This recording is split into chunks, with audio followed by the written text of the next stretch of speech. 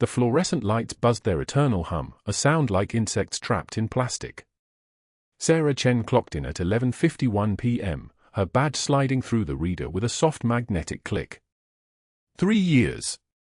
1,095 night shifts without a single incident report, without a single complaint, without anyone noticing she was anything more than the quiet nurse who always knew where the crash cart was and how to run a line faster than the residents. Her shoes squeaked on the polished tile as she moved through the corridors of Cedar Creek Medical's pediatric wing, the sound of her footsteps the only proof she existed in this fluorescent-lit world. The chart for room 312 waited on the nurse's station. Sarah pulled it without being asked, the way she pulled every chart, the way she had been trained to notice things before they became emergencies. 8-year-old patient. Son of Colonel Marcus Hartley. Admitted 6 months ago following traumatic exposure in Helmand Province. Status, nonverbal. Diagnosis, acute stress disorder with suspected conversion disorder. The notes from 15 different physicians covered 14 pages, each one more certain than the last that the boy's muteness was psychological, untreatable, something that would require years of psychiatric intervention and medication. Sarah read the names. Neurologists, psychiatrists, pediatricians, trauma specialists. Doctors with offices overlooking the San Antonio skyline. Doctors with published papers and speaking engagements. Doctors who had never once looked at the boy's left hand during rest state. She approached room 312 at midnight. The boy sat in the hospital bed, his small frame swallowed by white sheets, his eyes tracking the ceiling tiles with mechanical precision. His mother had died 8,000 miles away. A roadside explosive device. 17 pounds of military-grade ordnance. His father had held him in the aftermath, according to the intake notes, held him while security swept the area, held him while the medevac helicopter cut through the desert night. The boy had not spoken since. Sarah stood in the doorway for precisely 2 minutes. That was how long she had learned to observe without seeming to. A baseline read. No sudden movements. No clinical posture that telegraphed assessment. Just a night nurse checking on a sleeping patient. Except the boy was not sleeping. His left hand trembled.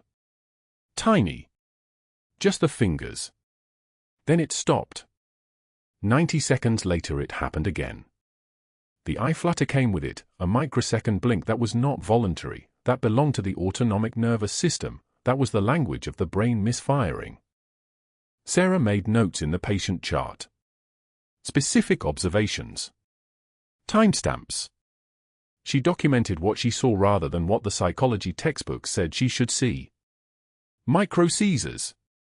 Absent seizures masquerading as catatonia. The kind of neurological event that slipped past the cursory exams of doctors who had already decided what the problem was. She sat at the nurse's station at 1:33 a.m. and entered her observations into the electronic system where they would be read by exactly no one who mattered. The information went into the chart. It sat there like a stone thrown into deep water, waiting to be discovered or forgotten. She had learned not to expect rescue from hierarchy. Dr. Richard Whitfield arrived at 6:56 a.m., his white coat immaculate, his stethoscope draped like a status symbol across shoulders that had never witnessed actual injury.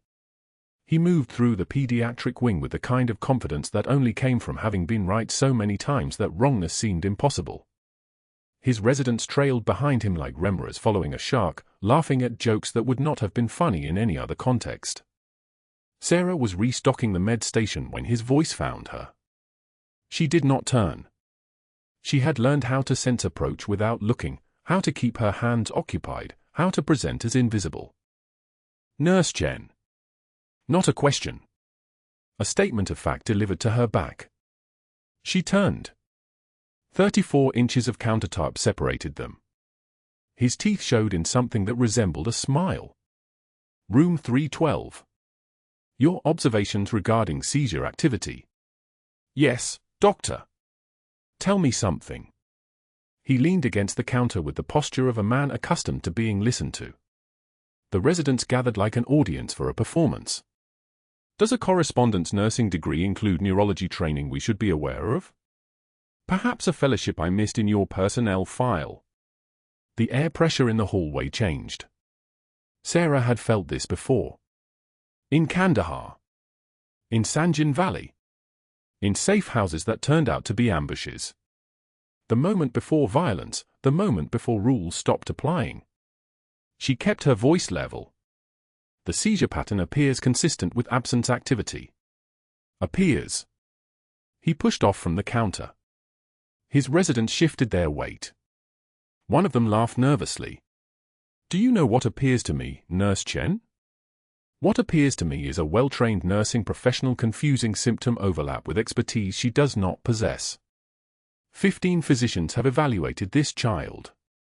15. Each one concluded that psychological intervention is indicated, and yet here you are. He gestured, the movement expansive, theatrical. Here you are, diagnosing neurological conditions based on how long you've watched him twitch. Sarah did not move. Her hands remained steady on the supply she had been organizing. The silence lasted for seconds, long enough for the fluorescent lights to hum their mechanical rhythm, long enough for a child somewhere in the ward to cry out, long enough for the moment to settle into her muscle memory. Perhaps, Dr. Whitfield continued, his voice carrying to the nurse's station at the far end of the corridor, you should stick to changing bedpans, Chen. That is more aligned with your training. He walked past her toward the medication dispensary. His residents followed. The moment passed like weather. Sarah returned to her work. Her jaw had not clenched. Her breath had not caught. She felt nothing on her face because she had trained her face not to feel. There was a difference between composure and absence of emotion. One was choice. One was survival. She finished her shift at 7:27 a.m. The day nurse, Monica, arrived with her usual chatter about her daughter's soccer game. Sarah gave her the patient updates in 3 sentences. She changed out of her scrubs in the locker room, her movements efficient, practiced. The combat boots sat on the shelf above her nursing manual, desert dust still clinging to the leather despite the weeks of Texas heat. She did not touch them. She never touched them when anyone could see. The supply closet in the basement was empty at 7:43 a.m. Sarah locked the door from the inside, a habit that had seemed paranoid until the day it had saved her life. She pulled out her notebook. Not a nursing notebook. A field notebook. The kind used for pattern analysis and intelligence gathering. The kind that naval intelligence had trained her to maintain with the precision of a cartographer mapping hostile terrain. The medication discrepancies had continued. Syringes. Central line kits. Morphine vials. Propofol. Sedatives. The kind of equipment and pharmaceuticals that moved through certain markets. The kind of supplies that disappeared from hospital inventory and reappeared in contexts where someone was making money on the difference between cost and black market value. 6 months of observation. 6 months of night shifts and inventory checking and documentation. 6 months of being Sarah Chen, registered nurse, while something else entirely ran parallel below the surface. Her breath came shallow in the supply closet. The first time since 6:24 a.m. that she had allowed herself to breathe. Not from fear. From rage. From the specific kind of fury that came when you watched someone with institutional power use it to destroy credibility. When you watched someone with the ability to help choose instead to protect his own certainty. She pressed her forehead against the metal shelf and let her hands shake for 30 seconds. Then she stilled them. Composure. Invisibility. 2 more nights on the schedule before she could make the encrypted call to her handler. The ranger was waiting in the break room at 8:15 p.m. He was 63, maybe 65, his face mapped with lines that came from decades of operations in places where the sun did not forgive. Retired, according to his patient file.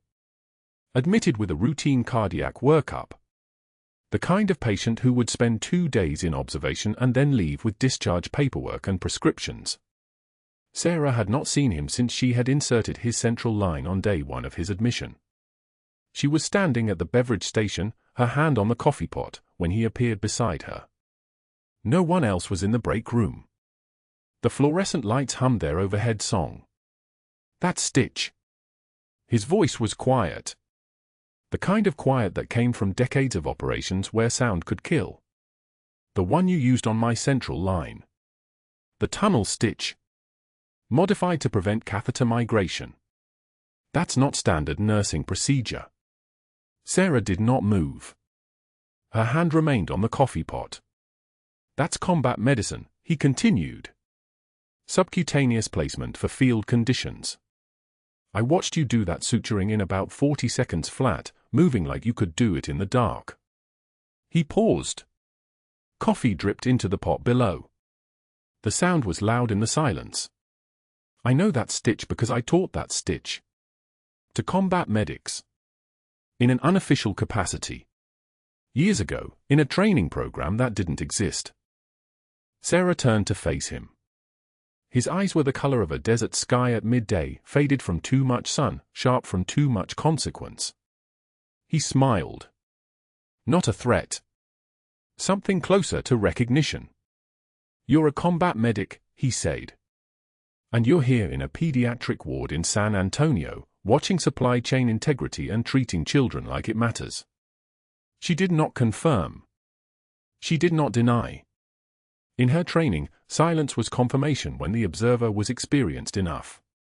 Doesn't matter. He poured coffee into a cup. The steam rose between them. I've been places. Seen things. Served with people who moved the way you move. Who had hands that knew how to save lives before they ever became nurses. I just wanted you to know somebody noticed. He left the break room with his coffee. Sarah stood alone by the beverage station, understanding in that moment with clarity that bordered on physical pain that her cover, the invisible armor she had built across 3 years at Cedar Creek Medical, had just fractured. Not destroyed. Not yet. But fractured in a way that would matter when everything else fell apart. Thursday morning broke cold and clinical inside Cedar Creek Medical's amphitheater. The room smelled like floor wax and stale coffee, that particular combination of institutional medicine that never fully washed out of the walls. 200 seats.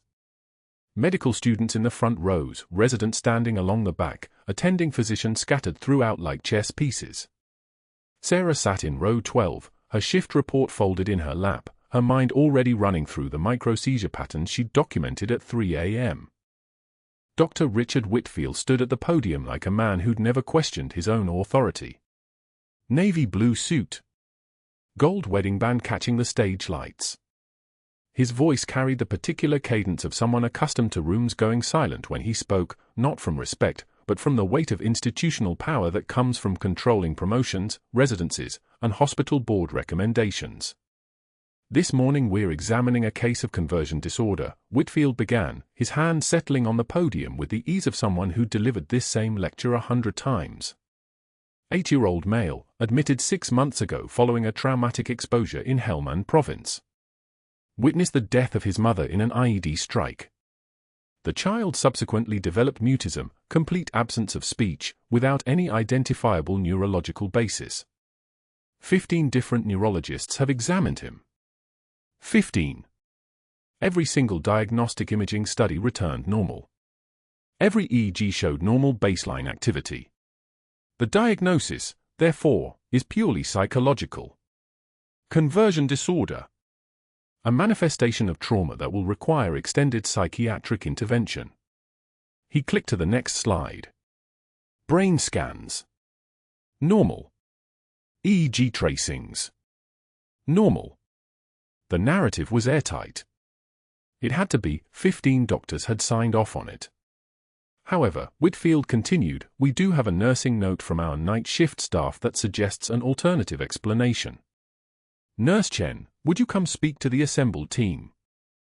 Sarah stood. Her movements were economical, no wasted motion, no hesitation. She'd learned in her other career that smooth transitions communicated confidence better than any words could. Her combat boots, the one she kept at the bottom of her locker beneath spare scrubs, were laced with perfect tension. These black slip-ons weren't military issue, but her feet moved with the same precision they would have in those boots. The microphone felt strange in her hand. She'd never been one for public speaking, and her hands that had inserted central lines under fire, hands that had applied tourniquets to severed limbs in 115-degree heat, felt oddly vulnerable holding this plastic and metal device. The child exhibits episodic behavioral changes every 90 seconds, Sarah began, her voice steady but respectful. Micro-expressions consistent with petit mal seizure activity rather than trauma responses. Eye deviation, momentary unresponsiveness, followed by rapid return to baseline consciousness. I've documented 17 separate episodes over the past week alone. The pattern is consistent. Reproducible. The episodes occur during sleep, during waking states, during stimulation, and during rest. That behavioral pattern doesn't align with conversion disorder. It aligns with a conduction anomaly. Possibly a benign Rolandic epilepsy with secondary mutism due to cortical disruption in Broca's area. The amphitheater shifted. Not visibly, just that subtle redistribution of air pressure that comes when 200 people adjust their posture simultaneously. Whitfield's smile didn't waver. It was the smile of a man whose authority had never been seriously questioned, and who couldn't actually process that Sarah had just presented a differential diagnosis in front of his residents. Does Nurse Chen's correspondence degree include a neurology specialty we're unaware of? His tone was conversational. Amused. A small man might have tried to hide the mockery, but Whitfield didn't bother. The room was his. The power was absolute. Laughter moved through the medical students like a wave. It was the kind of laughter that required permission to exist, and Whitfield had just granted it. Perhaps the online courses now cover differential diagnosis? Advanced imaging interpretation? More laughter. Whitfield turned slightly, allowing the residents to see his expression. This is what happens when our nursing staff begin to forget the boundaries of their scope of practice. Nurse Chen, your role is to observe the patient, to report changes to the attending physician, and to follow the treatment plan that has been established by the medical team. It is not to generate alternative diagnoses based on correspondence-level training. Sarah's jaw tightened. Just barely. The kind of tightening that a trained observer might notice if they were watching her face closely, and nobody in that amphitheater was trained to watch for that particular tell. Her hands remained perfectly still on her notes. Her breathing maintained its rhythm. She had learned composure in places where the cost of emotional display was measured in lives, and she would not give Whitfield the satisfaction of seeing her flinch. She nodded once. Said nothing. Returned to her seat without glancing at the podium. Whitfield resumed his lecture. The moment passed. The afternoon of medicine continued uninterrupted. But that wasn't the worst part. 2 hours later, Sarah was standing at the third-floor vending machine, trying to decide between apple juice that had probably been sitting in that machine since March and cranberry juice that had definitely been sitting in that machine since March. Footsteps approached. She knew the gate before she saw the shadow. Whitfield emerged from the corridor with 2 residents trailing behind him like pilot fish.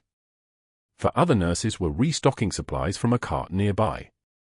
One of them, Martinez, from the ICU, actually made eye contact and then deliberately looked away. Still playing Dr. Chen. Whitfield's voice was casual. Almost friendly. The kind of tone that made cruelty sound like observation.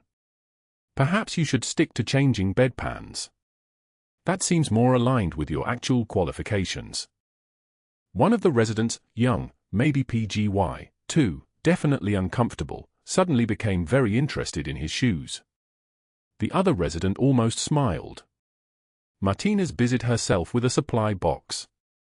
Sarah could smell the antiseptic on the cart, that particular hospital chemical that smelled like authority and protocol. Sarah met Whitfield's gaze for exactly 3 seconds. Her eyes were completely flat. Not angry. Not defiant. Just absent. Like looking at someone through reinforced glass. Then she turned and walked toward the stairwell. Her breathing remained controlled. Her hands didn't shake. She descended 2 flights and didn't stop moving until she'd reached the medication dispensary on the 2nd floor, where she had legitimate work and no one who was watching. That afternoon, Whitfield's office door opened and closed around 2:06 p.m. Sarah's shift would end at 7 a.m. She still had 4 hours and 13 minutes remaining. "Nurse Chen. Come in." His office smelled like leather and expensive cologne. Floor-to-ceiling bookshelves lined with medical texts that probably hadn't been opened in years. The desk was mahogany, actual mahogany, not veneer, and his computer had a setup that probably cost more than Sarah's monthly rent. She remained standing in the doorway. "I need to be direct with you," Whitfield said, his hands folding on the desk in that way that suggested he'd practiced this exact gesture. "If you continue practicing medicine without a license, if you continue making diagnostic assertions, if you continue overstepping your training, I will have hospital security escort you from this building. I will file a complaint with the Texas Board of Nursing. And I will personally ensure that you never work in another medical facility in this state. Am I clear, Nurse Chen?" His hand drifted toward the phone on his desk. A gesture. A promise. A reminder of the network of board members and colleagues and institutional allies he'd spent 20 years cultivating. "Crystal clear, Doctor." Sarah's voice was professional. Polite. A nurse speaking to an attending physician. Everything her file suggested she should be. She left his office without waiting for dismissal. Back in the supply closet on the 4th floor, during her 1 a.m. break, Sarah finally allowed her breathing to change. Just slightly. Her hands gripped the edge of the metal shelf, the one where they kept extra for stands and emergency equipment, and for approximately 30 seconds, she let the trembling come. Not fear. Never fear.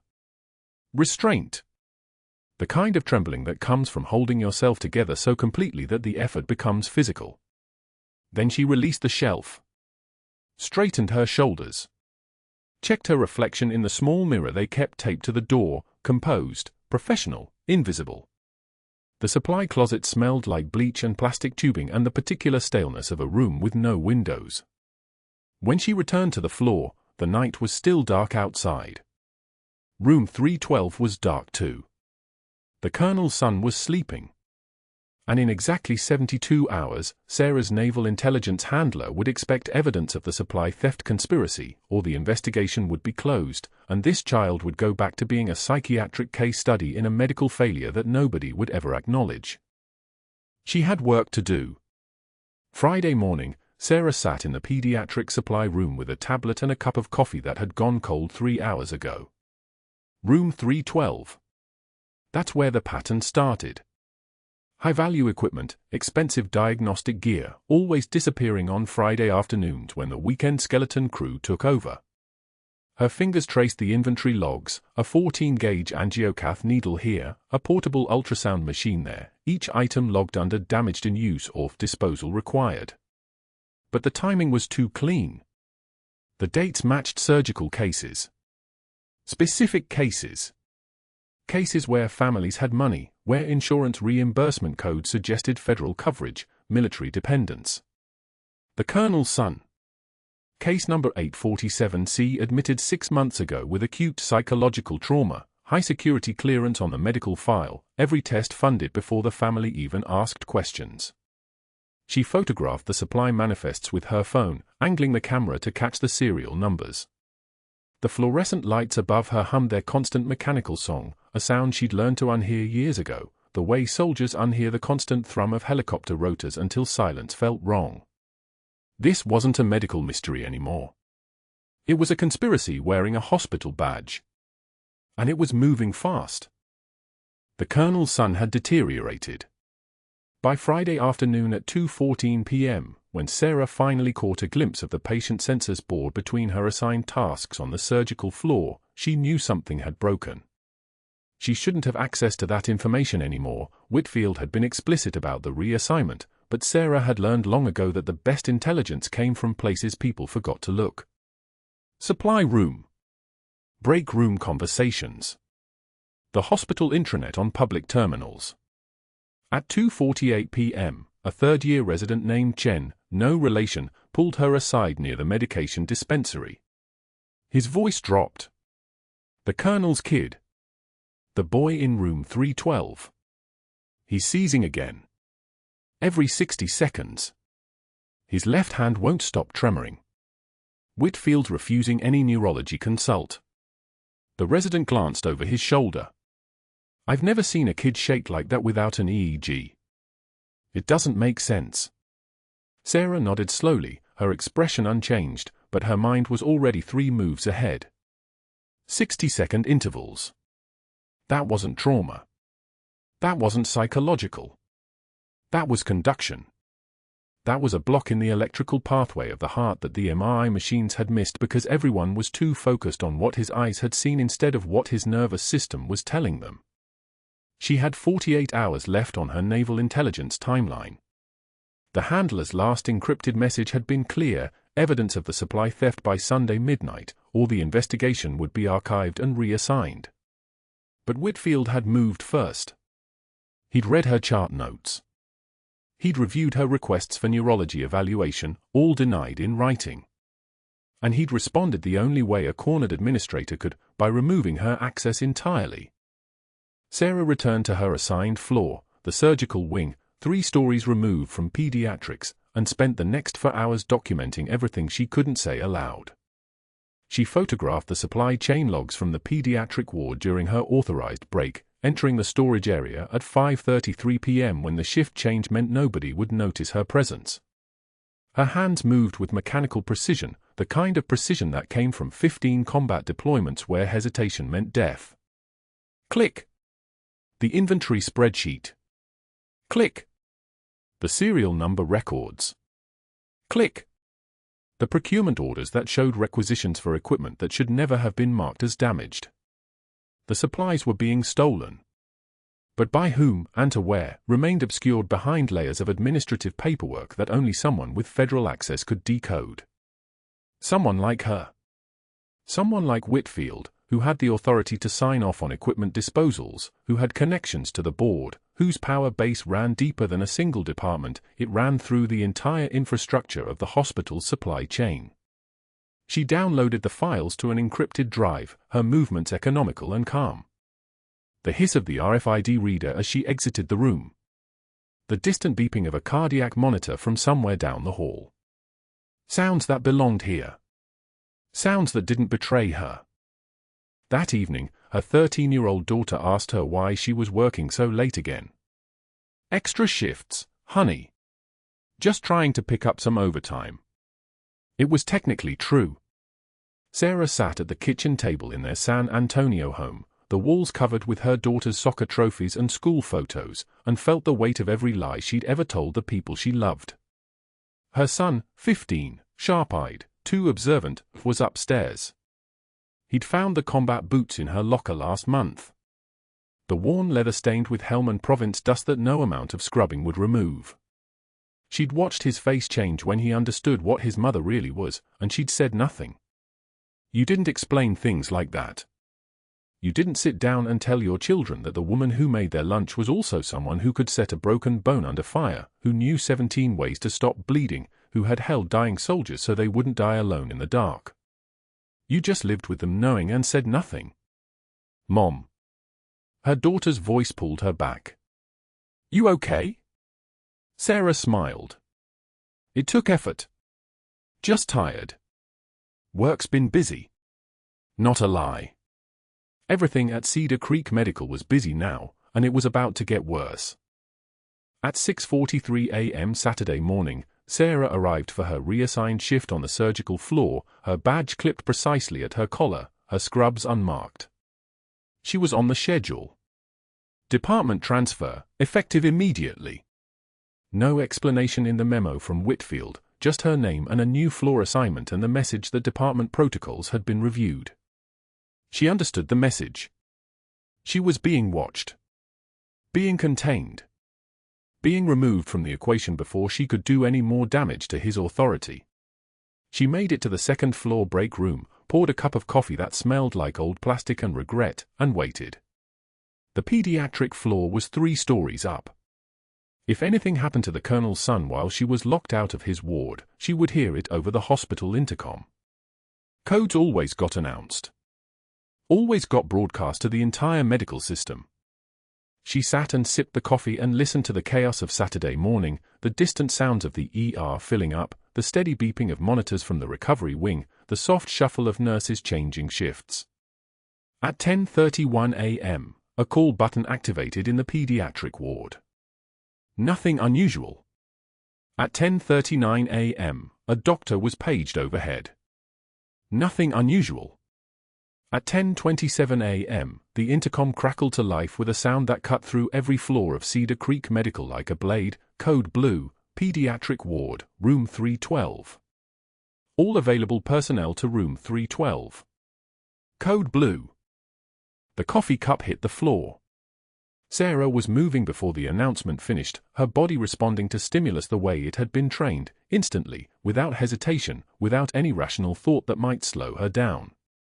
Her limp, the injury sustained in Kandahar that she'd never admitted to the hospital's occupational health department, caused her right leg to favor the left side of her stride, but she was fast.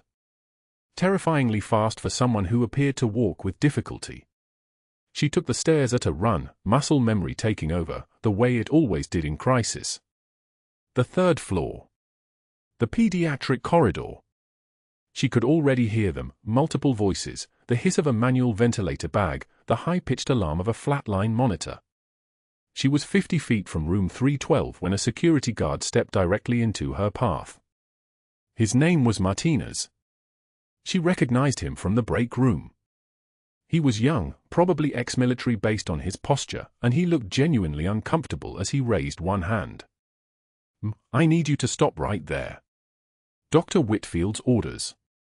You're not assigned to this floor." Sarah did not stop. She did not slow. She did not acknowledge him at all. She simply moved around him like he was furniture, like his presence was an inconvenience and not a directive. Behind her, she heard his radio crackle. "We've got a code situation in pediatrics. Unauthorized personnel moving to the floor. Need backup." But Sarah was already through the door to room 312, and what she saw there was everything she'd been trained to fix and everything she'd been prohibited from touching, and she made her choice in the same way she'd made every choice in the previous 15 years. She chose the mission over everything else. The boy was in cardiac arrest. The monitor flatlined with a sound like a scream stripped of all mercy. One long sustained wail that filled room 312 at Cedar Creek Medical and seemed to suck the oxygen from the walls themselves. The boy, Colonel Hartley's 8-year-old, convulsed once, violently, his small body arching off the bed as if something inside him was trying to escape. Then stillness. Absolute stillness. His lips had gone the color of slate. The code team froze. 3 residents, a nursing assistant, 1 respiratory therapist. No attending physician. No one present with the authority to make the call that would define the next 90 seconds. Sarah heard the code alert through the overhead speaker while charting in the medication station 2 floors up. Code Blue, Pediatrics, Room 312. She was already moving before her mind caught up to her body. The elevator doors were closing when she heard Whitfield's voice from the hallway. "Nurse Chen, step back. You're reassigned to oncology today." She let the doors close. She took the stairs instead, all 12 flights, her boots hitting concrete in a rhythm that felt like muscle memory waking up. She burst into room 312 and took in the scene in 1.3 seconds. The boy's chest wasn't rising. The monitor showed a flat, accusatory line. The residents were looking at each other with the paralyzed uncertainty of people trained to follow protocols but never taught to trust themselves when the protocol wasn't written yet. The crash cart sat 3 feet from the bed, untouched. "Nobody moves," Sarah said. Her voice didn't sound like the voice that had accepted humiliation in medication stations for 6 months. It sounded like someone else entirely, someone made of steel and purpose and 15 years of decisions made when the margin between life and death was measured in heartbeats. She crossed to the crash cart. Her hands were steady as she selected the scalpel, not the small one, the surgical grade, for .0 blade. One motion. Left hand under the boy's left armpit, right hand driving the blade between ribs 4 and 5, the 4th intercostal space at the midclavicular line. She knew the anatomy like she knew her own skin. She'd sewn it back together enough times.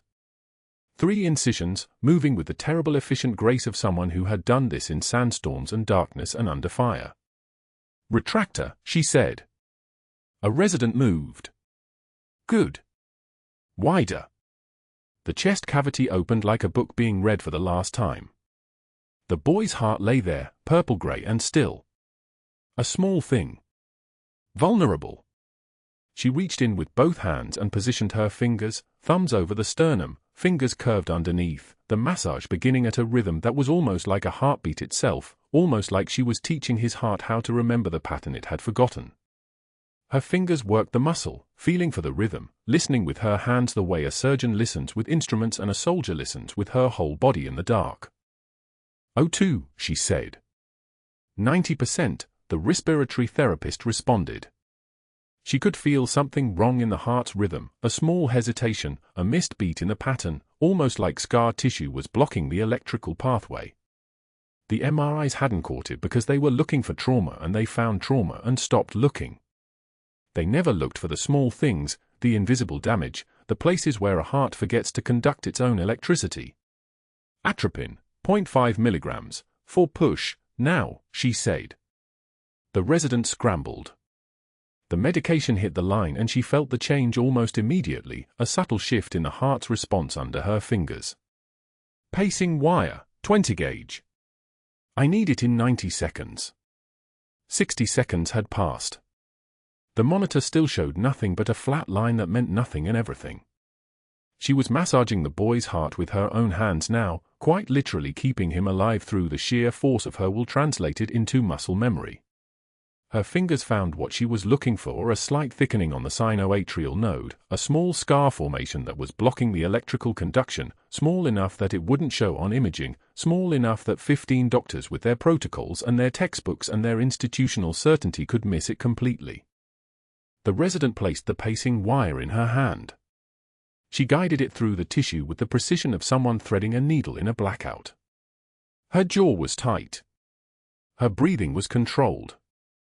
The only thing moving was her hands and her mind, everything else suspended in the single focus of a woman who had trained for 18 years to make decisions when everyone else was still trying to figure out what to do. "Pulse check," she said at 75 seconds. "I feel something," the respiratory therapist said. "Faint." "Keep going," Sarah said to herself more than anyone else. The massage continued. The wire was positioned. She could feel the moment when the conduction pathway opened, a subtle shift, like a lock turning, like the universe deciding to let this child live just a little bit longer. At 88 seconds, the monitor beeped. One beep. Then another. Then a steady rhythm that looked like a heartbeat looked when it was supposed to, regular, strong, the pattern of a heart that had remembered how to be alive. "Sinus rhythm," someone whispered. Sarah's hands were still inside the child's chest cavity. The color was coming back to his lips. Pink. Real. Alive. She began to close with the kind of precision that came from having sutured wounds in places where perfection wasn't an aesthetic choice but a survival mechanism. The stitches were perfect. They would have to be. This child's mother was already gone. This child's father was already a man who had learned to live in the space where people weren't supposed to survive. The room had gone completely silent except for the monitor's reassuring beep. Then the door to room 312 opened. Dr. Whitfield stood in the doorway. His face went through a series of changes like a weather system accelerating, confusion first, then understanding, then rage so pure and absolute that it seemed to physically expand, pressing outward against the walls. His hand started shaking. His jaw clenched tight enough to crack teeth. "What have you done?" His voice was very quiet. The quiet of a man whose entire world had just tilted on its axis and he was trying to force it back into alignment through sheer force of will. Sarah didn't look up from her closing work. One stitch, another, another. Perfect. Always perfect. "I saved his life," she said. Her voice was still that other voice, the one that had no apologies in it, no deference, no humility. Just facts. Just the bone-deep certainty of someone who had spent 15 years being right when it mattered most. The resident stared at her. The respiratory therapist stared at her. The nursing assistant had her hands over her mouth. And Whitfield stood there in the doorway with his face the color of a bruise, watching a night shift nurse in blood-soaked scrubs finish closing the chest of a child she wasn't supposed to touch, using techniques she wasn't supposed to know, operating with the authority of someone who had spent 15 years making life-and-death decisions while he was still learning which hand went where. She tied off the final suture with a precision that looked almost gentle. She peeled off her gloves. Blood had seeped through and dried on her hands, and she didn't look at it, didn't acknowledge it, just moved to the sink and washed it away like it was nothing. Like she had just finished a routine task. Like she had just taken off her jacket instead of reaching into a child's chest cavity with her bare hands and manually restarting his heart. The monitor beeped steadily. The boy's oxygen saturation was climbing. His blood pressure was stabilizing. He was breathing. He was alive. He would live to hear his father's voice again. He would live to speak.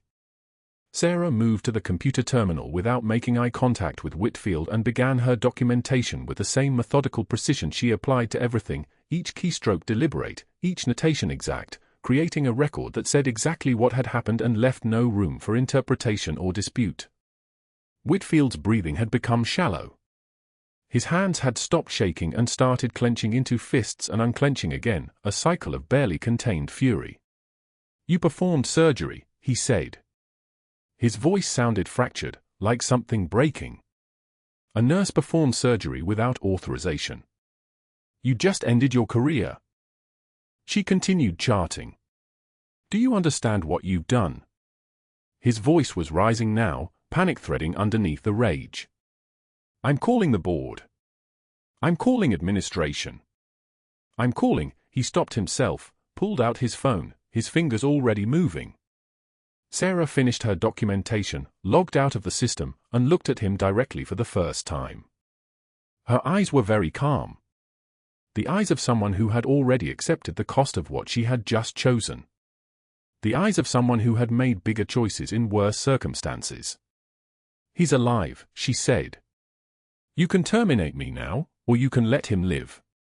But you can't have both." By 12:11 p.m. that afternoon, the choice had been made for her. The security officers came to the pediatric unit with a kind of quiet efficiency that suggested this had been planned, documented, and approved through channels she had no access to. Whitfield had moved fast, 3 board members called, administration notified, the previous supervisor contacted and convinced to provide a written statement about boundary violations that had never happened and protocol breaches that existed only in fabrication. But fabrication, when it was official and documented and co-signed by authority, had a way of becoming indistinguishable from truth. Nurse Chen, the security chief, said. He was younger than her, probably ex-military, and he kept his eyes carefully neutral in a way that suggested he knew something wasn't right but his job wasn't to fix it. "You need to come with us." She stood. The blood had dried on her scrubs in patterns that looked like a map of something. She didn't change. Didn't clean up. Just grabbed her purse from her locker and walked toward the elevator with her head up and her expression absolutely steady, not a tremor, not a hesitation, not a single crack in the composure that had been beaten into her through 15 years of making decisions when the world was burning. The pediatric ward had gathered by the time she reached the elevator doors. Night shift nurses who had worked beside her for 3 years. The retired Army Ranger in his wheelchair, watching her with eyes that had seen too much and understood too much. A code team that would never forget the sound of a heart restarting under hands that shouldn't have been there but were. And Whitfield, arms crossed over his chest, his face still flushed with rage and something else, something that looked like fear, like the sudden terrifying understanding that he had just made a decision that couldn't be unmade. The elevator doors closed on room 312 and the child who would live and the man who had tried to prevent his living. That evening, Sarah sat at the kitchen table of her small house in San Antonio with her 13-year-old daughter standing in the doorway, still in her school uniform, still holding her backpack, still trying to understand why her mother was home at 6 p.m. on a Friday with mascara streaking down her face and blood dried under her fingernails. "Mom?" "Why are you home early?" her daughter asked. Sarah couldn't answer.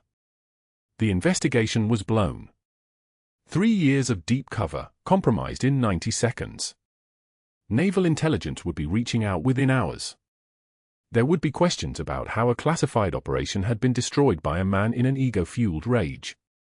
There would be consequences, not for her, but for the operation, for the stolen medical supplies being tracked, for the theft ring that was supposed to be identified by a nurse who no longer had access to the supply room. She sobbed into her hands while her daughter held her, confused, frightened, too young to understand that her mother had made the choice that mattered most, and paid the price that always came with those choices. The cost of being right when being right wasn't worth a career. The cost of heroism was always paid in silence. Within 1 hour of closing Sarah's chest and restarting that boy's heart, Dr. Whitfield made his first call. The hospital administrator heard the tremor in his voice, not fear, but fury. "I need an emergency credentialing review on Sarah Chen, night shift nursing. She performed an invasive procedure without authorization. She opened a child's chest with a crash cart scalpel. That's not medicine, that's recklessness." The administrator hesitated. "Dr. Whitfield, she saved his life. She violated every protocol we have. I'm calling 3 board members right now." He hung up without waiting for a response. By 1:06 p.m., 3 separate calls had been placed. By 2:15 p.m., an anonymous email arrived in the hospital's compliance inbox from someone claiming to be a former nursing supervisor with fabricated concerns about Sarah's conduct, patient safety violations, insubordination, failure to follow chain of command. The email was CC'd to the hospital's legal department. It was written by Whitfield himself on a burner account he'd opened from his car in the parking lot, his voice like a knife scraping against stone as he typed each accusation into existence. The emergency review panel was convened for Saturday morning. 7 a.m. The hospital board of directors assembled in the main conference room on the 3rd floor. Whitfield sat at the head of the table with 3 board allies flanking him like sentries. All 3 owed him professional favors, all 3 had received consulting contracts or research funding from his connections. He was confident. This was institutional power working exactly as designed. The panel would rubber stamp his recommendation, terminate Sarah, and by noon she would be gone. The narrative would hold: a rogue nurse, an overstep, a dangerous precedent that needed to be nipped. No one would ask questions. No one ever did. At 9:03 a.m., the conference room doors opened. The boy walked in first. 8 years old.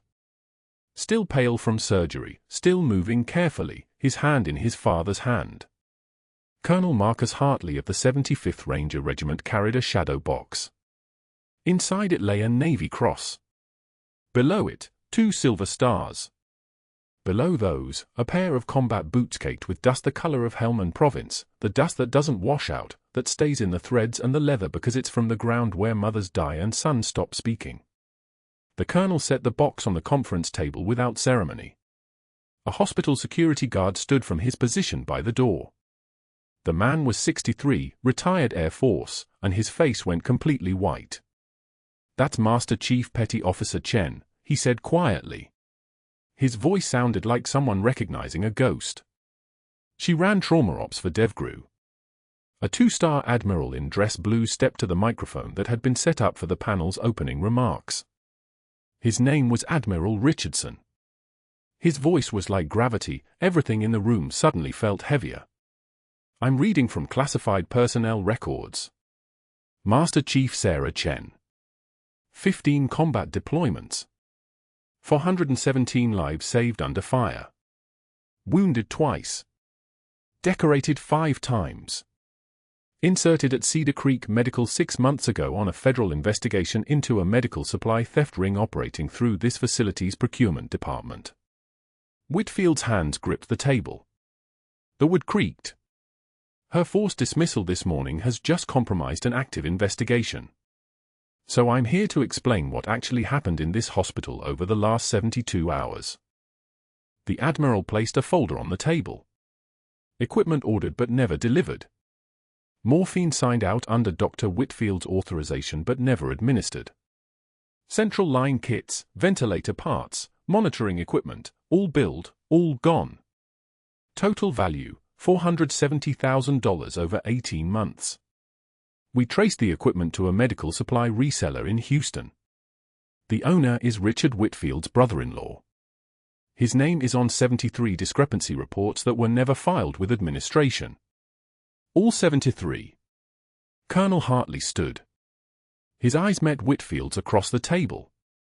When he spoke, his voice was steady as a surgeon's hand. She took shrapnel meant for my Ranger platoon in Kandahar.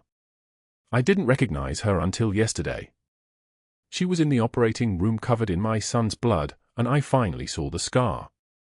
He looked at his son. This boy stopped speaking 6 months ago when his mother died in a blast. 15 doctors said it was psychological. Untreatable. They were wrong. Master Chief Chen saw what they couldn't because she spent 15 years seeing soldiers the way they actually are, not the way they appear. She looked at my son and saw a conduction block. She opened his chest without permission because the only permission that matters when a child is dying is the one you give yourself in that moment. The room went so quiet you could hear the fluorescent lights hum overhead, that particular frequency that most people's brains filter out unless everything else has gone silent. 10 seconds of silence. The kind that breaks people. The Admiral turned to Whitfield. His face carried no anger, which somehow made it worse. Dr. Richard Whitfield, you are terminated effective immediately. Federal investigators will now determine whether your supply chain irregularities constitute fraud or conspiracy. You have the right to legal counsel. The Admiral nodded to an FBI agent standing by the door. 2 more agents entered. They were carrying a second folder and handcuffs. Whitfield's bored allies suddenly became fascinated by the grain of the table. One of them stood and left without a word. The hospital administrator, who'd been sitting in the back of the room, pale as bone, activated the PA system. The announcement echoed through every floor, every ward, every corridor in Cedar Creek Medical. Dr. Richard Whitfield has been relieved of his duties and is no longer affiliated with this institution. In the cafeteria, nurses looked up from their lunch. In surgical, residents stopped mid-conversation. In the pediatric ward, the monitors continued their rhythmic beeping, indifferent to the collapse of empires. In the lobby, 3 news station cameras, who'd been tipped off by someone in administration, captured Whitfield being escorted from the building by federal agents, his white coat already stripped away, his face the color of old ash. The colonel's son walked up to Sarah where she stood in the corridor, and without a word, he hugged her. His voice was still rough, still healing, but it was there. "Thank you," he said. "For not giving up." Those 3 words, the first thing he'd said to anyone in 6 months besides hello and yes and no, were directed at the woman who'd refused to let the world decide his fate for him. Later that afternoon, the retired Army Ranger was wheeled from his room to see Sarah before his discharge. His right leg was in a cast, but his spine was still straight. He looked at her standing there in her scrubs, and he saluted her. Fist to chest. The old way. "Welcome home, Master Chief," he said. She didn't salute back. That wasn't her style. She just nodded, and something in that small gesture contained the weight of understanding, one warrior recognizing another, no performance required. 6 months passed like water through cupped hands. The investigation Sarah had built during her night shifts, the equipment logs she'd documented, the discrepancy pattern she'd traced, became the foundation for 15 federal charges against Whitfield and his brother-in-law. The case went federal. The medical license suspension became permanent. In a community college in Austin, Dr. Richard Whitfield now teaches CPR certification to rooms of board students for $14 an hour, and his name produces no Google results except news articles about the theft ring and his subsequent prosecution. Sarah stood in dress whites at Naval Station Norfolk. The ceremony hall was packed with Navy personnel, Cedar Creek Medical staff who'd driven 11 hours to attend, and Colonel Hartley with his son. The boy wore his dress uniform, his shoulders back, his voice clear and strong when he approached the podium to read the citation as Sarah received her promotion to commander. For exceptional courage under fire, the boy read, his young voice carrying across the hall with the kind of authority that comes from survival, both on the battlefield and in the hospital corridor. For seeing what others missed. For not giving up. He pinned the commander's wings on her uniform himself, his small hand steady against the fabric, and the applause that followed sounded like rain on hot asphalt, that first moment when summer breaks and the sky finally opens up. Sarah's daughter and son sat in the front row, finally understanding who their mother really is. Finally understanding why she moved through the world the way she did, not as a woman, but as a force shaped by service.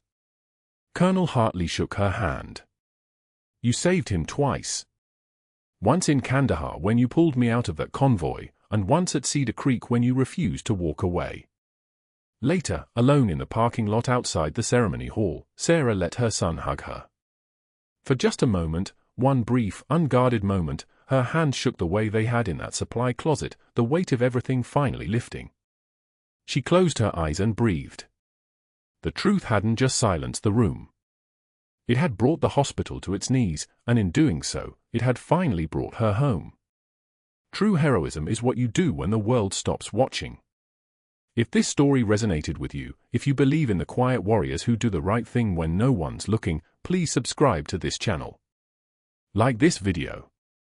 Comment below with your own story of being underestimated and proving everyone wrong. These stories matter because they remind us that the strongest people often walk among us in silence, and sometimes it takes a crisis to reveal who they actually are. Thank you for listening.